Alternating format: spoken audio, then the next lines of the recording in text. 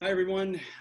Welcome back. And if you're just joining us now, welcome to our special live Q&A with Sam Boyd, the creator, co-showrunner, executive producer, writer, and director for HBO Max's original series, Love Life. Of course, Sam wrote and directed the first of the two episodes. Let's welcome Sam Boyd. Hey, thank you. Sorry, I wasn't sure if I was supposed to start the video yet or what the the Zoom Q&A etiquette is. Thank you for having me, Alex. Absolutely. Welcome to our virtual platform. I know last time we did a Q&A with you, it was in person in Leonard Maltin class. So right. Yeah. Thank you. Thanks for having me back. And I wish it was in person, but this is not bad either. So following the work that you did making In a Relationship, you've moved on to a series that continues to explore a lot of the nuance involved in dating and relationships. And I'm really curious to know what sort of how the time you spent between the two projects led you to continuing to explore these kinds of stories. Yeah, it's a subject I've always been interested in, and this was, to be honest, the first time that I had kind of a big idea behind it in terms of this larger structure. And it really just started with, having made In a Relationship and having really enjoyed that experience, being really proud of that movie, but also feeling like there was a fun way to kind of kick that kind of storytelling up a notch by kind of jumping through this person's life and trying to kind of achieve that on a larger scale. It felt like the things are really kind of two sides of the same coin, the movie and the show. But I think, after having had that kind of first, that first glimmer of the idea of using a season of television to kind of tell the story of someone's life this way, it was fun to kind of try to, find new ways to look at that subject and new stories to tell within it. It's a funny thing with I don't know, with romantic comedy, always wanting to do it differently, but then also sort of hoping that it'll feel real. And I'm rambling now, so I'm gonna just Did you always start with the idea that it was going to be a woman's point of view? Yeah, I think for me, In a Relationship was an ensemble, but had, I think, pretty fleshed out female characters, and I always am kind of more interested in writing women, maybe because they're a mystery to me and guys are not a mystery to me, and also I think writing about kind of worlds and experiences that are so close to my own, it's always been helpful to have a little bit of a buffer where I'm kind of trying to, still having to put myself in the character's shoes, as opposed to just writing some kind of facsimile of myself, where it would then get kind of preening or navel gazy, to still be able to kind of, have to make that jump has always been interesting and helpful as I've written these things. So how did you wind up pitching this to HBO Max specifically? So I actually wrote the pilot on spec, meaning no one asked me to, and I wrote the pilot and I did a kind of lookbook, pitch deck type PDF document, where I kind of laid out a version of the season and had, through images and some writing in that, sort of, laid out my vision for what the show could be and what it would feel like. And it was just one of those super, super lucky things where I gave it to my agent and he really responded to it and got it to Paul Feig's company. And then it was this sort of charmed and, really kind of just crazy, lucky chain of events where, Paul Feig and his company came on to produce it. And then Anna wanted to star in it, and that was amazing. And then we kind of all took it out as a package together and pitched it to those folks who I think, knew they were going to be starting a streaming service. It didn't have a name yet or anything like that, but it was very, it was really exciting to be able to work with them as they built something from the ground up. And I just feel lucky. We had Paul Feig do one of these last week for Zoe's Extraordinary Playlist. Oh, cool. Nice. I'm really always impressed by the things that Paul brings to a project, and I'm curious to know how some of the ideas that you had came together when you were working with Paul.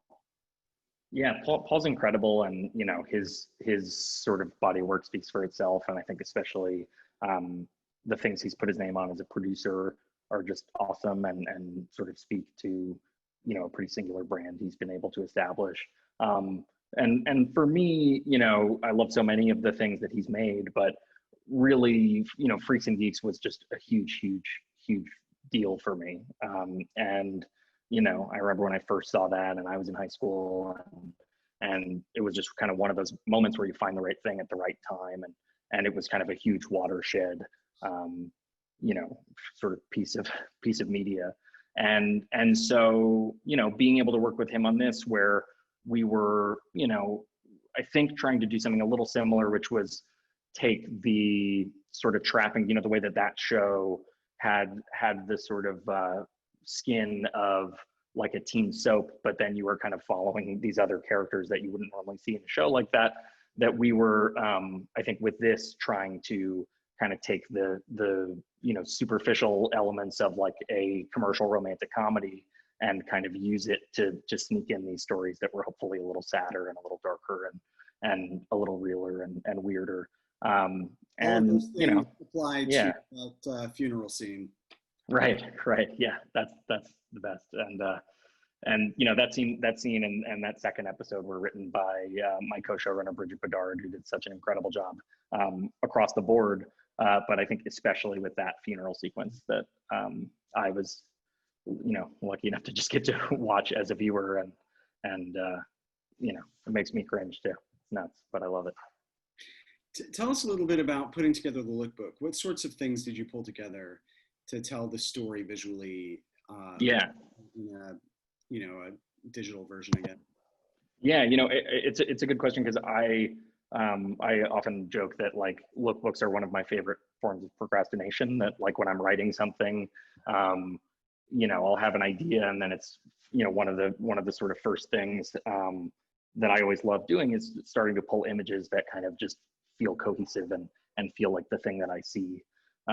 And a lot of lookbooks, and every lookbook I had made up until this point are kind of comprised of like images from other movies or shows or photographers and stuff like that. And that's the sort of normal language of one of those. And with this, for whatever reason, I don't even remember the kind of eureka moment of it, but basically what ended up happening was I started pulling, instead of photographs and shots from movies and shows, I started pulling images from graphic novels and like New Yorker cartoons and New Yorker covers and that kind of tradition of like sort of hand-drawn New York, New Yorker magazine and that sensibility.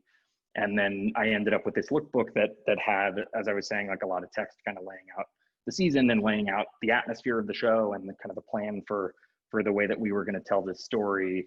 But with not a single actual photograph. It ended up being, only illustrations and that lent it this kind of, we even joked like there were people when we took it out, executives that were like at the studio and stuff who were worried about, are people going to think it's animated, and stuff like that. But luckily we were just able to make that into a joke. And it just ended up being, I think, a unique way to kind of convey the feeling of the show. I'm curious, if you were to look back at it now, how much, of its essence do you feel like is what the show became, given that you wound up, developing it and writing it and having other writers? Yeah. I think as far as the feelings of it, it is all there. I feel really proud of the show, and I feel like it is the show that we set out to make, which, we really talked a lot about nostalgia and personal history and all of these feelings that I think are in there. And then as far as, the actual season, which I was saying I kind of laid out a version of in the lookbook, that always was kind of subject to change. And that's the way that I work with, it's how I use scripts that I write and really anything, it's all kind of just a starting point. Wanting to have done this work to kind of prove that it can be done or to have thought it through, but then to know that when you're, working with actors or working with a writer's room and a network and a studio and all these other people that are kind of being brought into the collaboration, that it's going to change for the better. And that's my favorite part of the whole process. So, if you were to go through like the actual episode synopses, they were all about, and I know, you guys just showed the first 2 episodes, but they were only about romantic relationships. It was a little more of kind of the first more obvious version of this idea. And, not to spoil it for people who haven't seen it, but we did end up in getting the show on its feet, kind of just deepening that and ended up exploring, other kinds of relationships, familial and platonic love and all these kind of different facets of his character. So, that was something that really came from getting it up in the writer's room. And I think that would be the biggest difference. We also did a webinar with Cody Heller, and oh, cool, yeah. We were talking about how Anna Kendrick has suddenly become the face of both Quibi and HBO Max. So right, and Disney Plus. What does she have on Disney Plus? She had Noel, like a Christmas movie. That's, wow. Yeah, she has a very shrewd streaming service. Yeah, exactly. A very good eye for talent. I'm curious how the conversations unfolded with her to get her on board.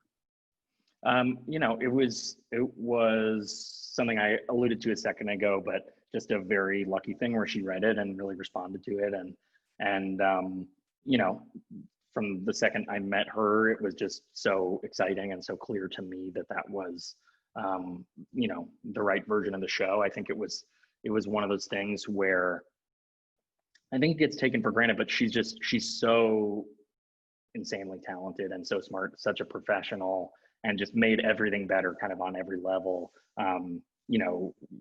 in myriad ways, even just outside of like her performance, which is, the most obvious way that she contributed. But in terms of getting her on board, I was lucky to have it happen fairly easily, where she wanted to do it, and then, kind of never wavered in that, and we all took it up together, and it was, it was amazing to have her as a collaborator that whole time, and as soon as she was officially on board, I would, go over to her house and we would just talk for, I would go over there for 4 or 5 hours at a time, and we would just talk about, our relationships we had been in, and philosophies of love, and just talk about life and all that stuff, and a lot of that did end up in the show, and sort of transforming by the time it was actually in the show, but it all kind of came from those first conversations.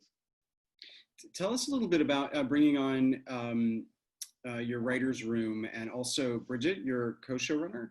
Yeah.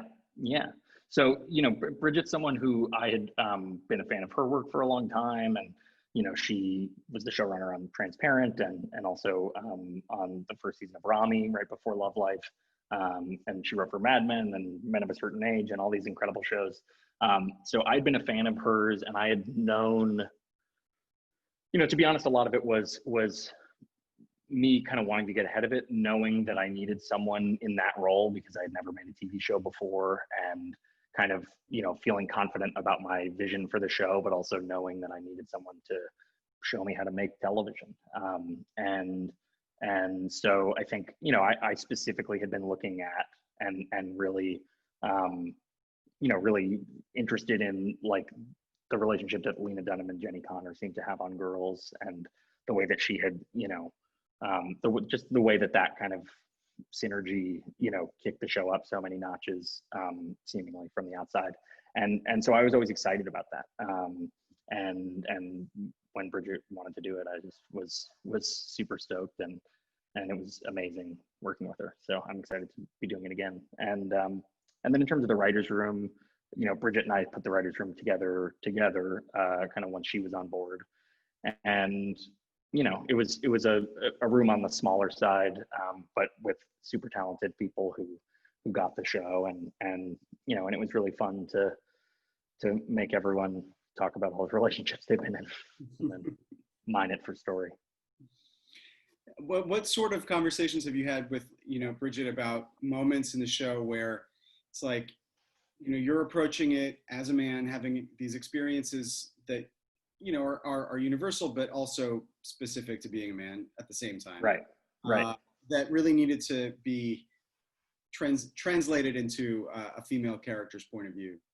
Yeah. Yeah. I mean, I think it's one of those things where obviously subconsciously, I was a man that had written a pilot where there was this central woman, and I knew that like I didn't want to get a bunch of guys to help me make the show, that would be insane and it wouldn't be good or authentic or anything. And so it was one of those things that we didn't really talk about, but I think just in having Anna as a collaborator and having Bridget as a collaborator and having other great women in our writers room as collaborators, it just became this kind of subconscious thing where as we all kind of went through the season and figured out the stories and talked about what felt real to us, that the things that the women said felt real to them ended up in the show. And that for me, a lot of it too was being able to kind of know the limits of my own experience and take a step back and empower, them to write and to tell those stories. And, for example, there's an episode later in the season about Darby's relationship with her mom.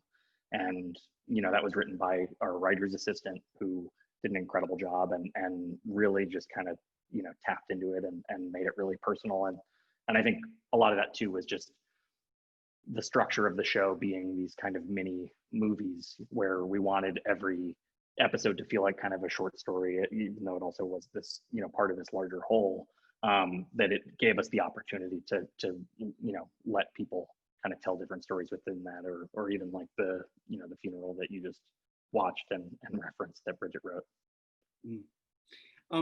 So tell us a little bit about some of your other cast members. Zoë Chao, fantastic show. Yeah. I feel like I've seen her, but not a lot of her work. So this is like a really great opportunity to discover someone new for me. Yeah.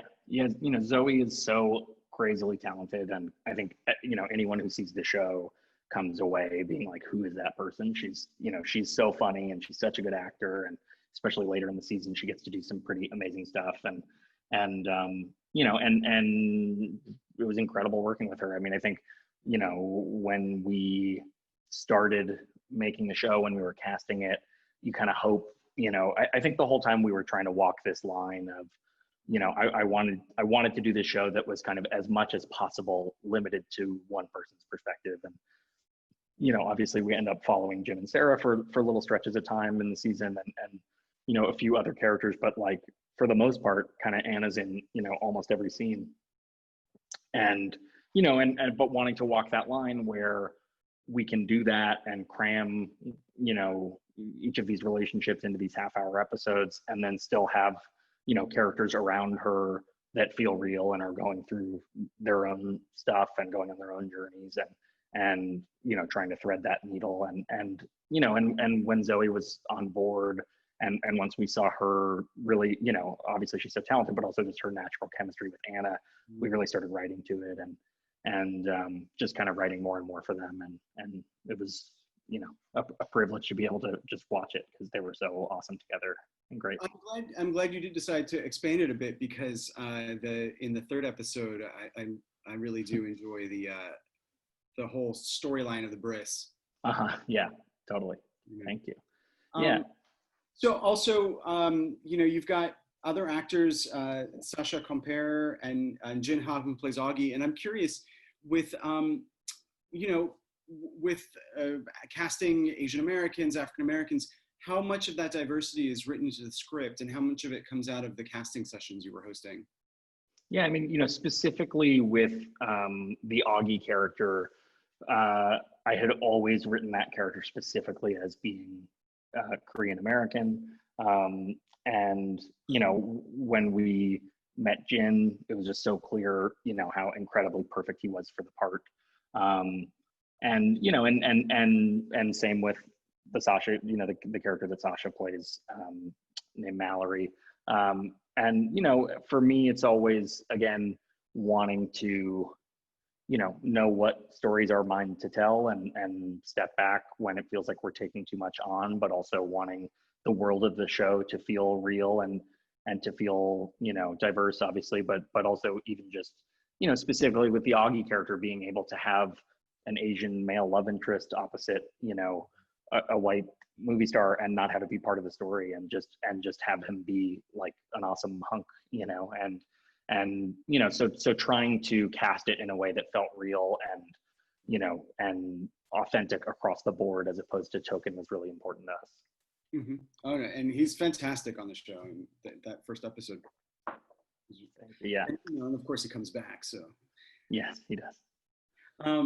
So tell us a little bit about how you came up with all the different iterations of relationships, like, or to some extent, you have to make them all unique so that it sustains a season of television. And, the show it's sort of like an anthology, right? So the next is a different protagonist. So, exactly. What is the process of sorting through all of your thoughts about like relationships and the combinations of people, particularly in that second one, seeing someone older and someone younger, and sort of at what points that is successful and where it's not, Right. I'm my wife isn't quite the same age divide as Scoop McNairy and Anna Kendrick, but I've definitely been in his position of like on the subway ready to go home. Right. There's nowhere to keep going out. So I related to that a bit, but tell me how you sort your ideas.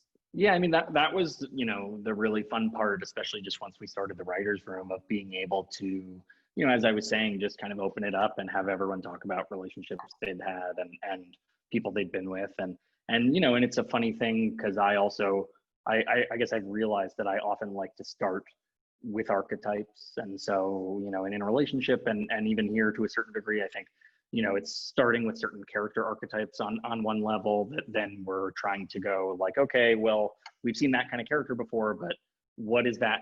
What is the real person really like that is that kind of character, and I think we approach the relationships in the same way, and it was a funny thing where it's sort of like it's a fine line between something that's like a cliche or everybody in the writers' room is like, I've had a dirtbag boyfriend, or I've dated someone older, or I've had a kind of short and sweet fling that burned out too fast and the person left, and so it was kind of always starting with those as kind of a catch-all, starting with like the ones I guess the kinds of those relationships that interested us the most, and then within that getting as specific as we could, and and again, just to use the example of episode 2, when Bridget wrote it, it was again a thing we didn't really talk about, but I know she definitely was channeling relationships she had been in where she had been with someone older,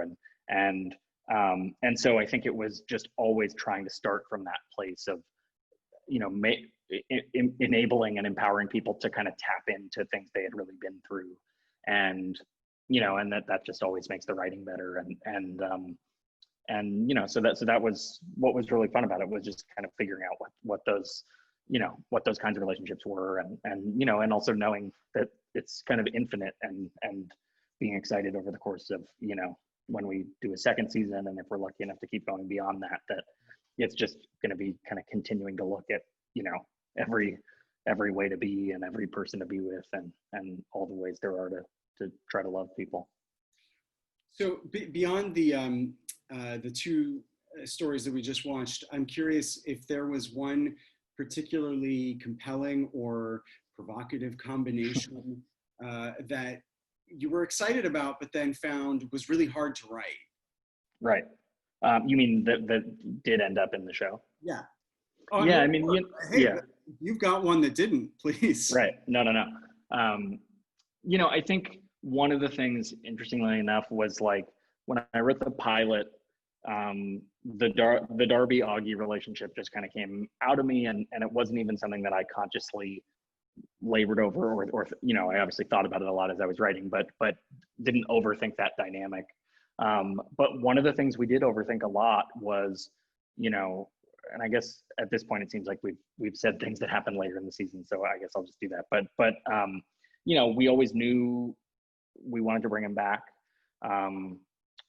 We also always knew that we wanted to, you know, take it in a certain direction, which I guess that's where I'll stop short of spoiling. But, you know, I think we always, that was the one that we kind of thought about the most and kind of kicked the tires on the most, was like, how can we make that, you know, how can we bring him back and have it feel real and have it, you know, be what we want it to be, but also have people feel satisfied, and you know, that kind of Augie relationship becomes this other, you know, this other story later in the season.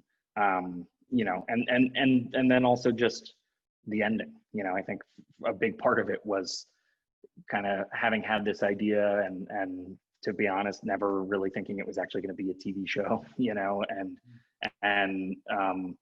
then being in a position where we were lucky enough to actually have to figure it out, and you know, how many different ways there are to end a story like this, that, you know, you can show them, you know, end up with the right person or not, or, you know, learn to love themselves, or that their baby's really the kid, or, you know, is really the love of their life, or their mom is really the love of their life, or whatever. You know, we've kind of seen every version of that. We've seen the happy ending. We've seen the kind of like subversion of the happy ending. So, you know, we thought about that a lot, and you know, ended up in it, you know, with an ending that I think feels really right, but having definitely kind of, you know, mulled it over quite a bit. And you had pitched this as an anthology to begin with?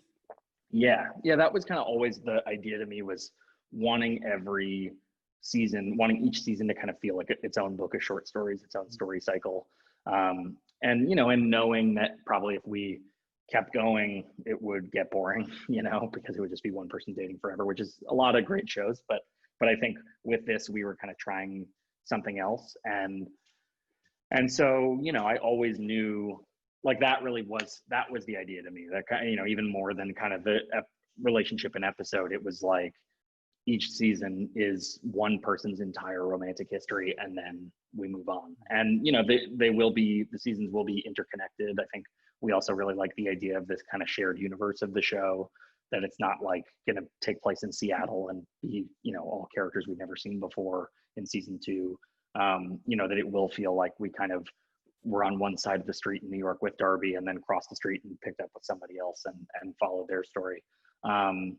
So, you know, that was there from the beginning. I'm curious a little bit to hear your thoughts on how the business side of this wound up getting altered by the fact that the pandemic happened, because I read that the HBO Max accelerated the release. Yeah, and of course their other big release was going to be the Friends reunion. Right. So really, you know, this show is like front and center. It is. I mean, right now, for me, it singularly defines HBO Max. Right. And I'm curious to know a little bit about how that all played out, like where you were at. Yeah. Expecting. Yeah, you know, I mean, you know, it's obviously a super crazy and, you know, at least in our lifetimes, unprecedented time in the world. And, you know, we again got really lucky, and we finished shooting kind of, you know, right under the wire. We actually were doing some pickups in March, kind of when everything shut down, and we were lucky enough, even within those 4 days that we had scheduled pickups, to get in the first 2 days the stuff we really needed. And then the morning of the third day, it just felt too weird, and everything was really starting to shut down, and we shut down as well, and just ended up finishing the show with the footage that we had. And yeah, you know, there were other projects of theirs that, you know, that weren't so lucky and that still need to be finished.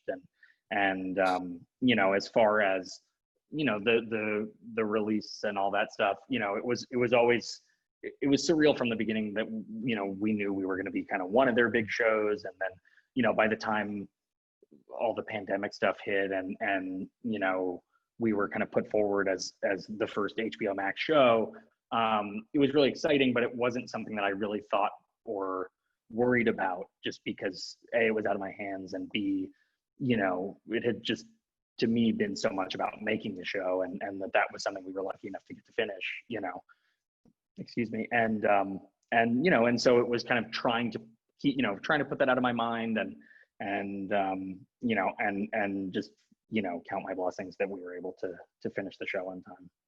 And then as far as the accelerated release, that actually was unrelated to the pandemic. It was sort of just, at least what I'm told is people liked the show so much that they were, eager to get them out in batches. And that was something I was excited about too, because I really do think with this show, whether you like it or not, I think the episodes are pretty digestible and they go by pretty fast. They're these kind of dense little half hours. And I do think, releasing them one at a time would have made it a little bit more of like, it just feels almost like not enough each week, to just have one. If you're watching Westworld every week or whatever, and it's this kind of meaty hour-long thing that you can dissect, that's one thing. But I think being able to release it in kind of these movements was, ended up being really the right way to do it. So I want to take questions from the audience, and I just want to say this first before I ask you my last question. For anyone that's out there that's asking a question, I like to invite you over to ask it live. So what I'll do is call on you, invite you over to the panelist side, and if you feel like you're comfortable being on camera, I'd love for you to turn your video on. You don't have to, though. You can just ask it with your microphone. But I think it adds something really charming to the discussion to actually get to see the people out there. So before we do that, I'm curious about the writing that you might be doing or thinking about doing for a second season, in terms of whether or not to reflect on the pandemic itself, not as a the subject of a season, but right. the ways in which that has, in particular, complicated relationships, whether it's, relationships that were just starting, relationships that have been going for a while, or relationships that have begun in the middle of the pandemic. Right. Or if you think as a creator that the appetite for seeing life as it existed before and hopefully after, right.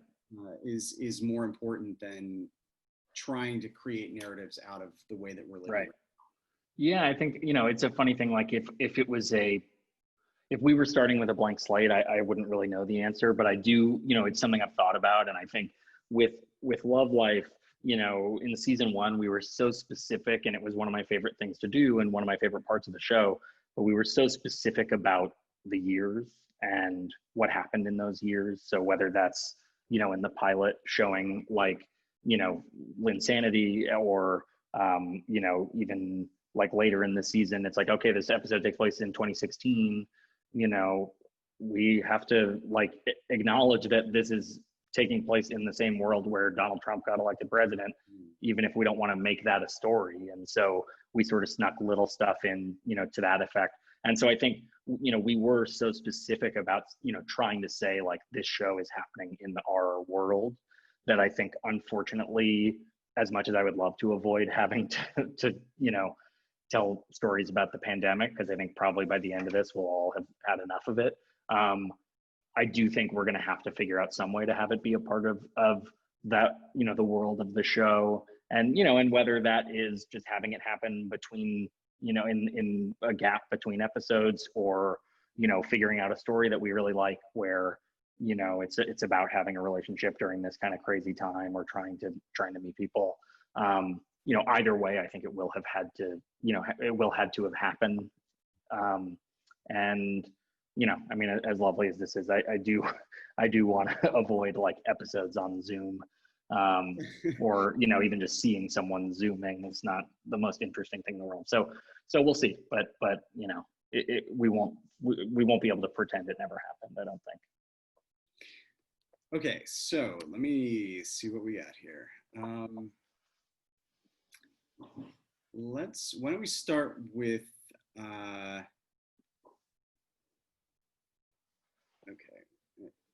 As I'm looking at this, I see we sort of covered some of these topics already. Okay, yeah, so let's go to Samuel Leon.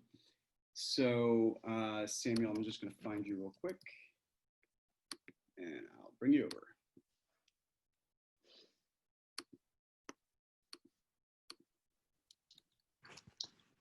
Hey. Hey, Sam, it's Sam as well. How's it going, man? Nice to meet you. Love the first 2 episodes. Really love the soundtrack as well. Thank you. Thank you very much.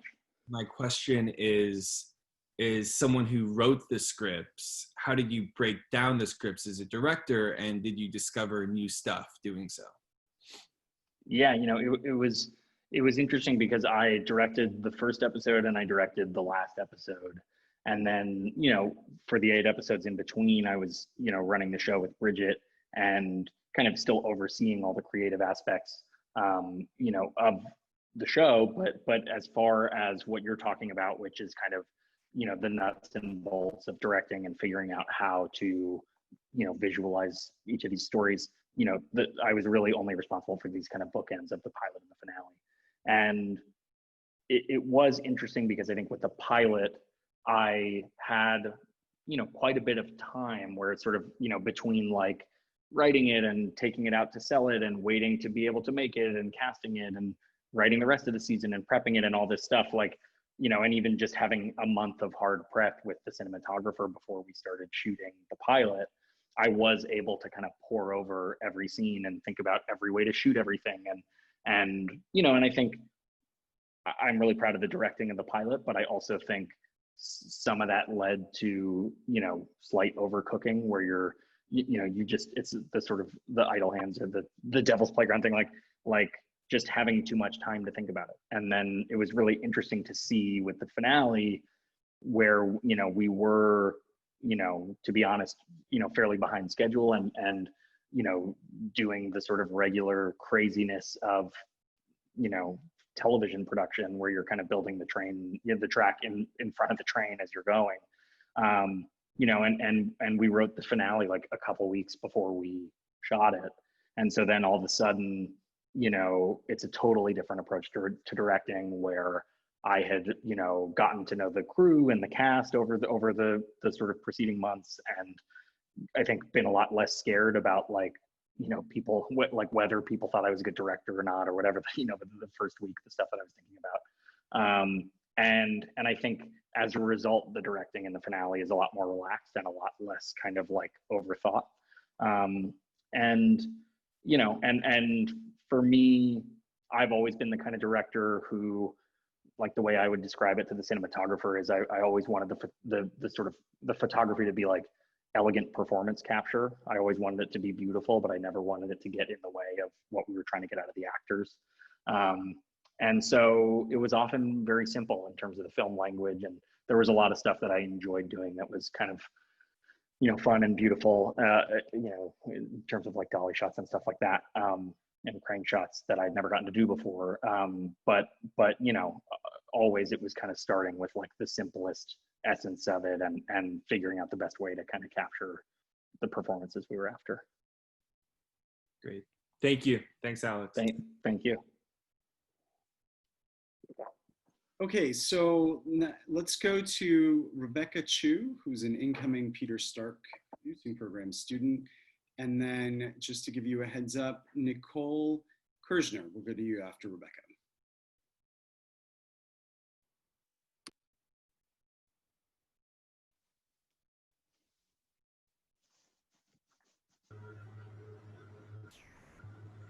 Hello. Hey, Rebecca, I like your background. It's good. I'm in Singapore, so this is a Singapore background. Love it. Thanks. So my question is, the show's an anthology, and it's focused on your single protagonists for the full season. And as you mentioned, you know, you're going through the history of the romantic relationship. So I would love to know, what are future iterations of protagonists looking like for you, and what have you been exploring in your brainstorming for season 2 and hopefully beyond?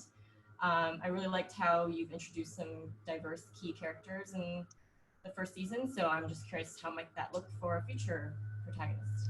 Thank you. Yeah, you know, it's something I'm really excited about because we, you know, I think within the season and from season to season, we just always were trying to push things, you know, to never be telling the same story twice and to never be spinning our wheels, you know, kind of knowing how many, you know, a little bit of what I was saying earlier, but just how many, you know, different kinds of people there are in the world in so many different ways, you know, and how many different experiences there are and how many different, you know, kinds of relationships there are. And so definitely, like, you know, the big idea is to always have one protagonist be as different as possible from the previous one, and especially, you know, in all manners. But just, you know, for season 2, we've specifically built a story around a woman of color, and you know, building a writer's room that reflects that experience. Because again, just like I didn't know, you know, how to write a story about this woman, you know, I know the limits of my own experience, and for me, it's more about kind of guiding the tone and the vibe of the show, but you know, finding writers who are really talented and you know, giving them a place to tell stories about things that have happened to them, and you know, so yeah, so it's one of those things where I think with season 1, you know, I was really lucky to get to work with Anna and really excited to, but we definitely would never want it to be a show that's just, you know, about like a bunch of white ladies, or, you know, it just wouldn't be interesting to anyone. And I think, you know, again, that's just what's what was from the beginning so exciting to me about the idea for the show was just like, oh, we can, you know, we can just make these all about, like, you know, just everybody in the world, and what it's like to be a person, and you know, how the ways that people grow up and the people that they know, and you know, their socioeconomic and racial backgrounds, and you know, gender and sexual orientations, how all of those things make these people who they are, and affect the relationships and make the stories, you know, compelling and sort of varying, you know, variant, I don't know what the word would be, but you know, just trying to always kind of change things up and you know, hopefully reflect our actual world as much as can. Great. I'm excited to see what that looks like. Thank you. Thank you. Okay, so we'll go to Nicole, and then we'll invite over Laura McPherson.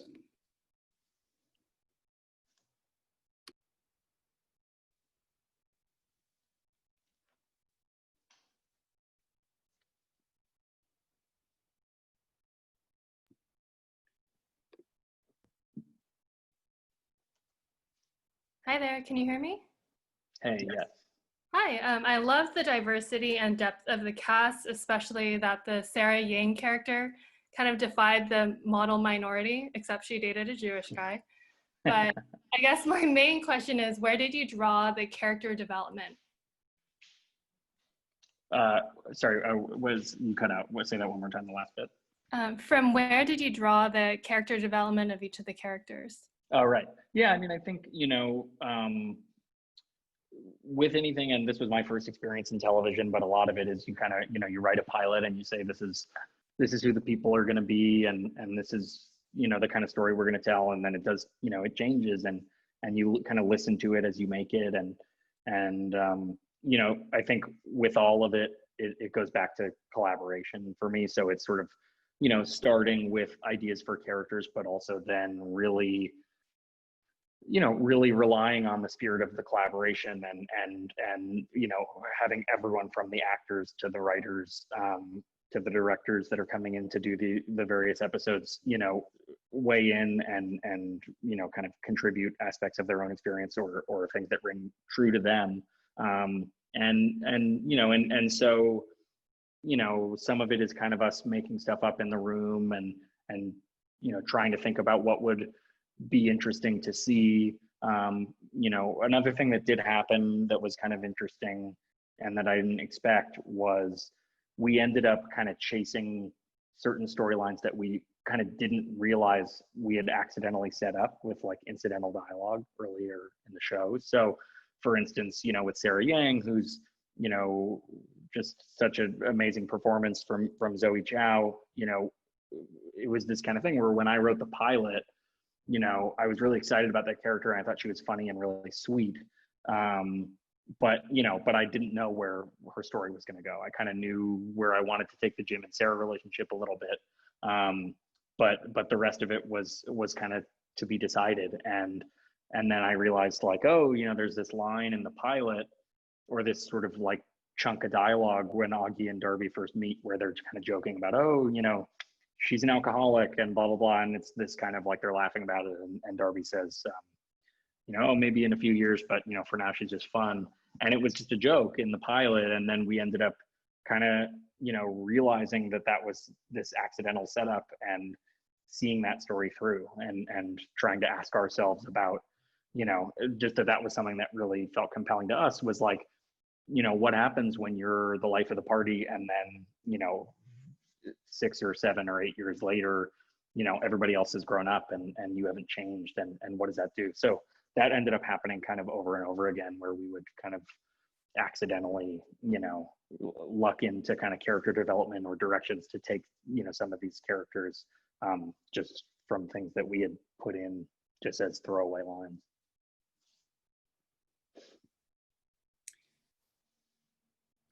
Okay, so let's go over to Laura, and then we'll bring in Wyatt Walsh.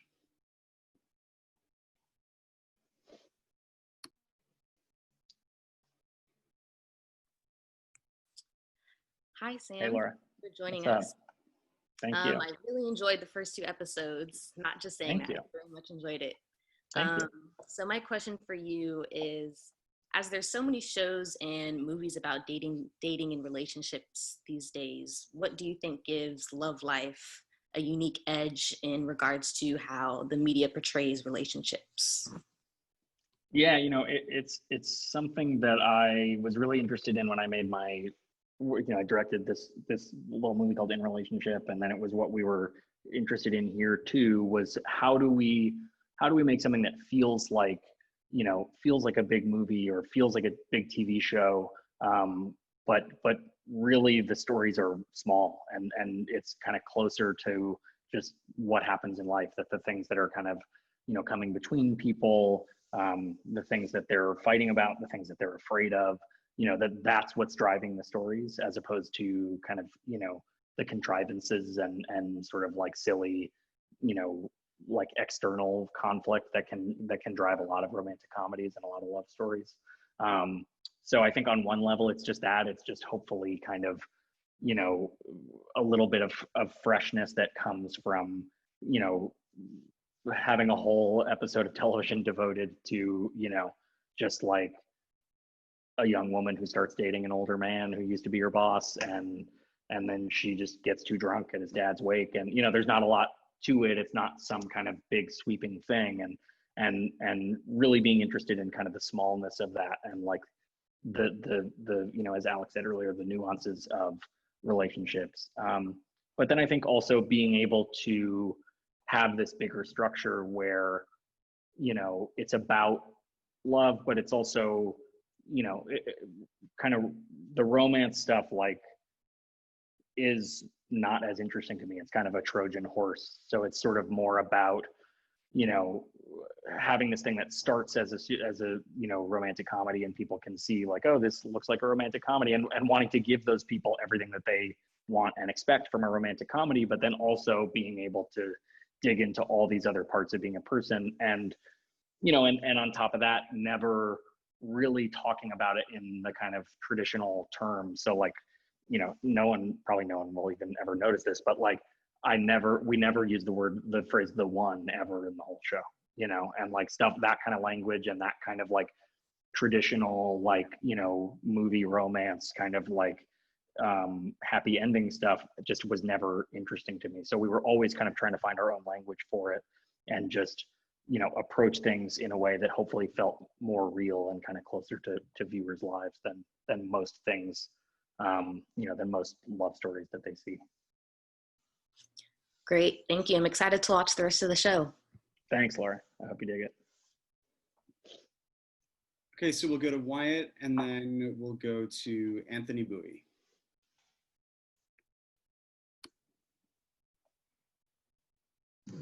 Hello. Hey, how's it going? Hey, hello. So I sort of have 2 questions, but one of them could maybe be interpreted as a spoiler. So I guess, Okay. how do you feel about that? I feel okay. I feel like we've said a couple spoilery things. I guess it depends on the spoiler, but Okay, yeah. I guess I'll try to keep it vague. I love the show. I watched it the whole time that it was coming out. My first question would be: you talked earlier about having different movies and shows in your book for the look of the show, and I was just wondering like what movies and shows were the biggest influences on you, and what movies in general or shows are like your favorites that really stick with you. Yeah, I it's always funny for me because I love so many different kinds of things, but then making something so specific, you end up kind of drawing on certain movies, certain filmmakers again and again.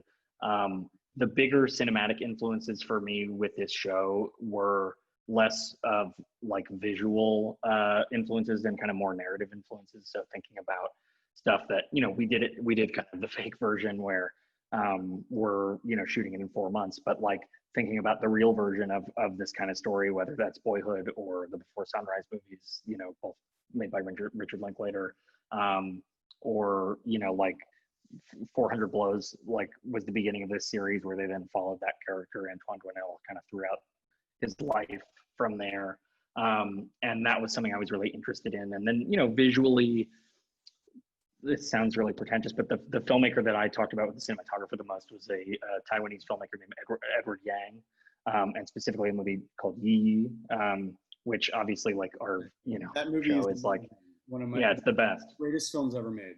It's the best. And obviously, and I think compared to that, obviously this show is like a pile of dog shit on the sidewalk. But like we did said that to think about it a lot. Watch it. No. I just mean it feels like hard to even kind of mention it in the same sentence. But anyway, that movie we looked at a lot, and just how beautiful a lot of the the kind of master shots in that movie are.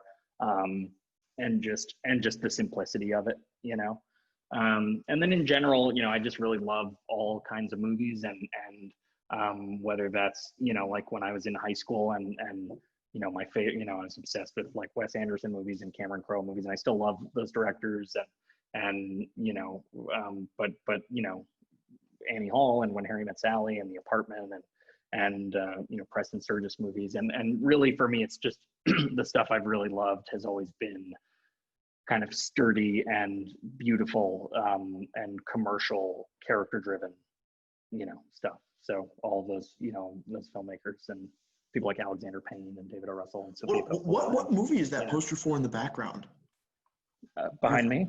Yeah. That's funny. It's actually for one of the movies, one of the sequels to 400 Blows that I was actually just talking about, called Stolen Kisses. I've never seen that one. That's awesome. A Japanese poster. It's really good. I think those are all on Criterion Channel.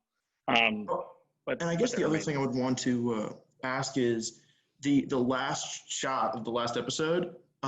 What did that? I guess that's about as late as it gets. What did that sort of mean to you? That sort of pull out, and it's sort of, I felt like the white space on the walls felt really noticeable. Was there a specific meaning that you were going for with that shot? Yeah, I think it comes back to a little bit of what I was telling Alex about just like how much we thought about the ending, how much kind of pressure we had on ourselves to figure out the way that felt right to us to end it. And obviously on one level, that's like the broader stroke of, who does she end up with?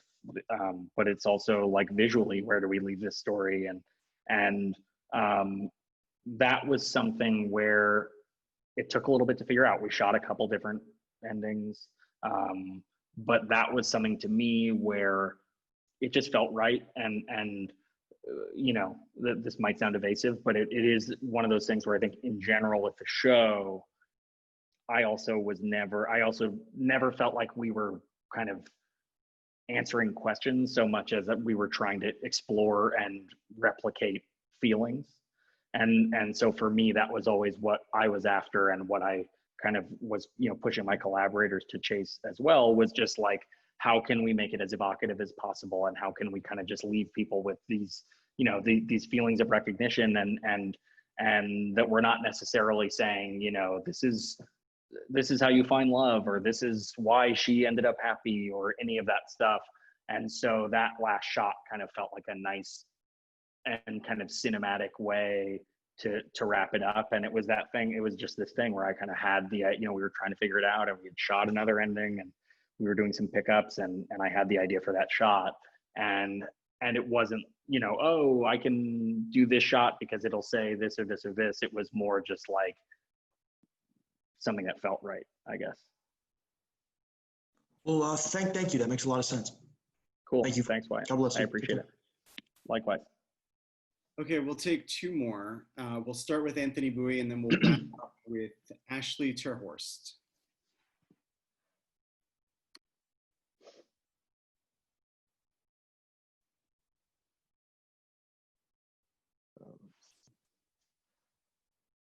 Can you guys hear me? Hey, yeah. How's it going? Hey, Sam. Thanks for being here. Thanks, course. Alex. Well, you kind of answered the question that I wrote already. It concerned pitching and the pilot and how you came up with it. But I guess I'll kind of try to find a question in there.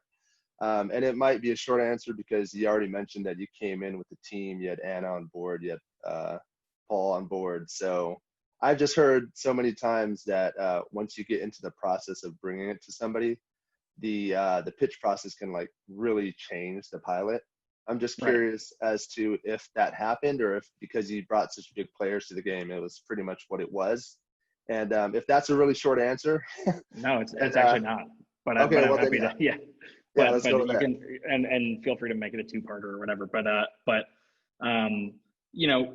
we it was a very unique experience where I wrote the pilot, and there wasn't really, Anna didn't have any notes on at least before we sold it, like Anna didn't have any notes on the pilot, and Paul didn't have any notes on the pilot, and Lionsgate, who was the studio, didn't have anything. And then, once we had a network that had bought the show, we obviously kind of worked with them to develop it further.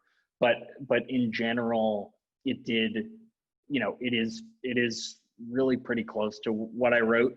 There are certain things that kind of emerged from the development process that I think are really important. So like, as specifically as I can just tell you, like the scene in the pilot where they fight at the wedding, and she gets all mad about like, oh, you think she's a tour guide and whatever. That scene was not in the pilot that I wrote, and that the pilot that I wrote, I think was had like this kind of just a little bit of a softer ending where it was like, oh, they just like each other and he has to go and it's just sad and neither of them are the bad guy. And there was something that was so rich and poignant about what that scene added to it in terms of being able to kind of show Anna's character blowing it up and not having the tools to kind of tell her how she was feeling, and that was a really great addition. And then also the ending, the ending, the thing with the handoff where we sort of watch her, we see Anna in the future and she's pregnant, that kind of flash forward came from the development process, and the pilot that I wrote just had like a crane shot where like present Anna, quote unquote, just like walked into the distance. So that was a thing where I had that ending, but it kind of felt incomplete. And then as a result of the development process, we hit on that idea of kind of flashing forward, and everything kind of just clicked. Cool. I guess if we have time, you just said something really interesting about directing from the first episode to the last episode, and how you overthought things, and you were worried about am I a good director? Does everyone think I'm a good director? And I'm just I think you go into anytime you film something, you're always concerned about that because you don't know everybody you're working with. Did you feel more confident by the end of it? Were certain questions answered for yourself about other people, especially also showrunning too? Yeah, I think definitely, I think being able to have the experience of show running where, the whole season took 4 months to shoot. So like I directed for, 7 days at the beginning and 6 days at the end. But in between I was on set every day and driving it. But really, the biggest part of it, other than what I was saying earlier about just having less time to kind of overthink it, was what you hit on, which is just getting to know the people that I was working with, because, when we're shooting the pilot and I'm there and I'm in New York and I'm, the last thing that I directed, as Alex can attest, was, a movie that I'm very proud of, but a very small one that we shot in like my parents' house and my wife's aunt and uncle's house, and kind of, you know, begged and borrowed and, you know, called in every favor to suddenly be on this, you know, this set with real trucks and Teamsters and, you know, all these, you know, kind of trappings of a larger scale production.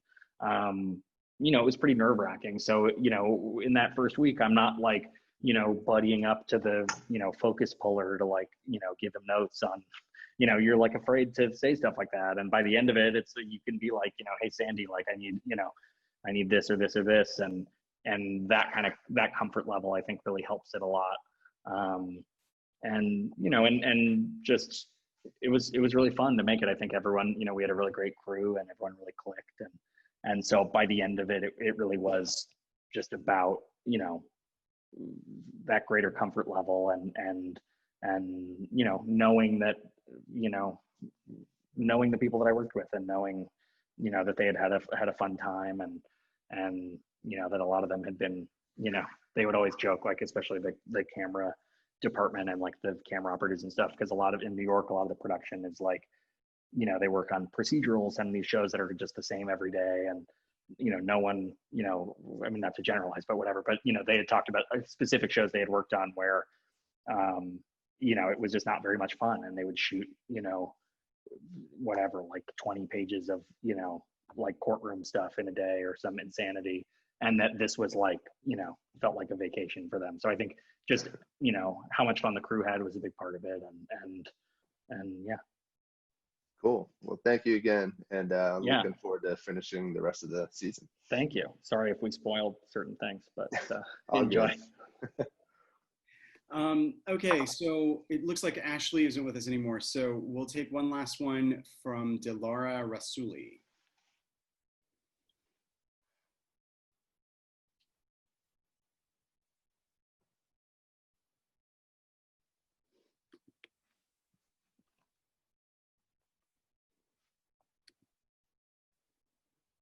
All right, Dilara, you're with us. If you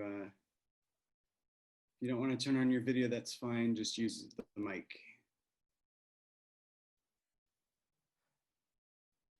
Oh, well, that's a bummer. Let me see, maybe, Dilara, are you out there? Okay, we will. Okay. Oh, Nestor Vera. Okay, so hang on a second. Let's bring Nestor over.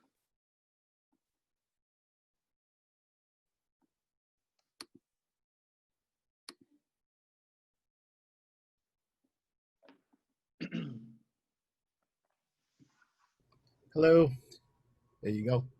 Hey. Hey, Nestor. How's it going? Hey, how you doing? Great.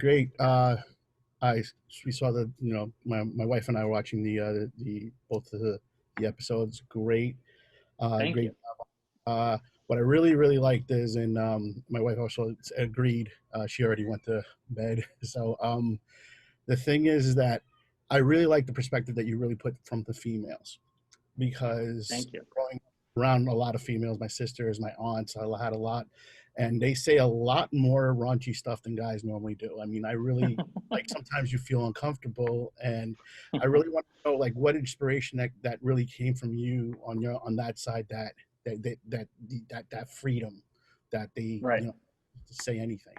Yeah, I think, you know, a lot of that just stems from like the kind of overall philosophy of wanting the characters to feel as real as we can make them feel, or to ring as true as possible. And, you know, and a lot of that is even just in writing the pilot, like there's always, you know, whether the character's male or female, there's always something funny to me about kind of like the often surprisingly crude and, you know, still mundane ways that people talk about sex or whatever in real life. But, you know, but especially, you know, in a comedy wanting, you know, and one that's, you know, driven by female characters, you know, wanting to give the, you know, I mean, it's funny because it's not even something really that we thought about. I really do think it just stemmed from kind of that, you know, overall philosophy of wanting, you know, wanting it all to feel real and and just knowing what you're saying, which is, you know, the way that people really talk, man or woman, and you know, how that can often be funny, and, you know. Well, yeah, no, because it was definitely refreshing to see that basically like there was like no holding any punches at all. Right.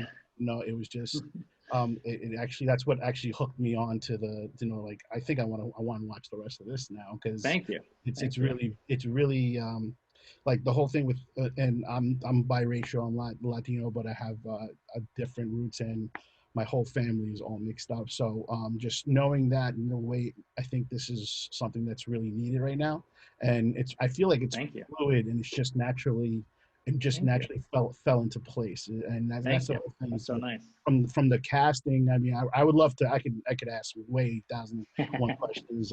I teach over at Full Sail, and so I go down to this thing. So, but it's just like I could always ask thousands of questions, but just the writing and like, you know, even there's like, I'm just wondering, like, you guys ask me, hey, this scenario, like, because when you even pointed out where that weird fight that they had at the wedding, it's so funny, because like I've either consoled friends that were going through that at public events and be like, should you guys be doing this right now? Or, you know, I was like, you think maybe you guys should like go home and do this? Or, you know, it's one of those things where like, where does and you even said that originally it was just a little bit lighthearted when you originally wrote it. So like, where does it, you know, where does that creativity change? And where does that you know, evolve? How does that, you know, how does your team handle that? Yeah, I mean, I think, you know, a lot of it is kind of in a weird way tied to what, you know, the first part of your question in terms of like, you know, the natural approach to kind of profanity and vulgarity, which is just, I think, you know, it's knowing what the show seems like, you know, it's kind of knowing the superficial elements of, you know, what Anna means to people as a performer, and what a show called Love Life, you know, what people imagine that would be, and what the poster looks like, or what a romantic comedy is supposed to be like, and you know, and wanting to play against that as much as possible. And so, you know, you don't often watch, you know, you watch romantic comedies where the fight is, you know, about something silly, and like, you know, they're mad that one of them, you know, made like a bed about the other one or something like that. But, you know, but being able to see something like that where it's more specific, and it's about this kind of, you know, just trying to get at that feeling of like, oh, you know, whether it's in public or not, when you're first starting out with someone and you drink a little too much and someone says one thing and then it escalates into this dumb thing, and no one, you know, neither of you really care, you know, but hitting on, you know, that kind of scene and wanting to just kind of explore it as deeply as possible, you know, and so yeah, so a lot of it is sort of like, okay, you know, what you know, how can we get laughs or find emotion, or, you know, hopefully some kind of truth or something in, you know, subverting what people are expecting from a show like this, and you know, where they expect the problems will arise, or the way they, you know, expect people to talk, all that kind of stuff. It's so naturally relatable. I mean, I was really, especially that's when I really got hooked, is when their relationship was evolving, and when the moment where like I was like, and it was funny because I told my watch, she's looking for an excuse to fight with him right now, and it was hilarious when one word set it off, and that's it. It was like going back, and then the scene, it got really intimate where you know, she says help me, and and then he just let's go, and he just turns. And I'm like, you should have gone in, dude. Like, no, that was a follow-up. She was trying to hint to you. It was really great. And the one I lost the bet with my wife. I lost the bet with my wife, and I was like, no way, she's pregnant now, and that's what's gonna happen now. She's gonna be in the next and that's why when we couldn't, you know, she's like, no, I can't, because then the story would end. You know this better than I do. It was fun. It was funny, but it was really, really great. It was refreshing. Thank you so much. So good luck with it, and hope to be seeing more of that soon. So good luck, and thank you so much, Nestor. More seasons. Thank you so much. Of course. Have a good night. Thanks, Nestor. Okay, I'm sorry. I know that there are more questions out there, but we should wrap up. So I just really want to say that I'm very excited to continue seeing your work, Sam. I hope we get you Thank back you, Alex. when that's possible. And Yeah, hopefully in person next time. very much looking forward to seeing where you go with this in the next season. Thank you. Thanks so much. Thanks for having me, and thanks everybody for watching.